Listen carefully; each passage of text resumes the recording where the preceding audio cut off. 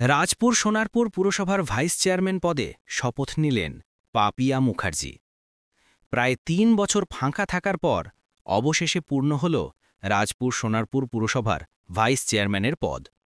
বুধবার এই গুরুত্বপূর্ণ পদে শপথ নিলেন ২৯ নম্বর ওয়ার্ডের কাউন্সিলর পাপিয়া মুখার্জি।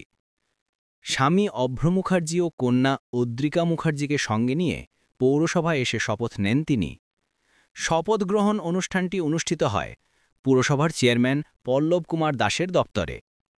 উপস্থিত ছিলেন সিআইসি সদস্য নজরুল আলী মণ্ডল, সোনালী রায়, শিবানী ঘোষ, কাউন্সিলর বাণী নাগ, মিলন সরকার সহ পুরসভার অন্যান্য আধিকারিকরা। শপথ বাক্য পাঠ করান চেয়ারম্যান পল্লব কুমার দাস নিজে।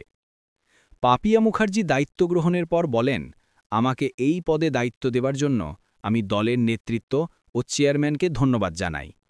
আমার ওপর যে ভরসা রাখা হয়েছে তা সার্থক প্রমাণ করার চেষ্টা করব। পৌর এলাকার মানুষের স্বার্থে সবার সঙ্গে মিলেমিশে কাজ করতে চাই। দীর্ঘদিন ধরে ভাইস চেয়ারম্যানের পদ শূন্য থাকায় প্রশাসনিক কাজকর্মে কিছুটা ব্যাঘাত ঘটছিল বলে সূত্রের খবর।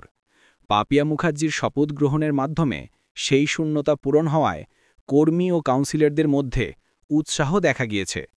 পুরসভা সূত্রে জানা গিয়েছে, আগামী দিনে উন্নয়নমূলক বিভিন্ন প্রকল্পে নতুন ভাইস চেয়ারম্যানের গুরুত্বপূর্ণ ভূমিকা থাকবে। অনেকগুলো নির্বাচন গিয়েছে, তারপর একাধিক প্রকল্প এসছে, আমরা সেই মতন সময় পাইনি।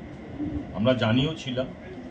আমাকে যখন সেই সময় বললেন যে পরপর আমাদের এর আগে বিগত দিনে বিধানসভা নির্বাচন, তারপর লোকসভা নির্বাচন, তারপরে আমাদের অনেকগুলো জনমুখী প্রকল্প নতুন লঞ্চ হয়েছিল, সেগুলোতে আমাদের টাইম দিতে হয়েছিল।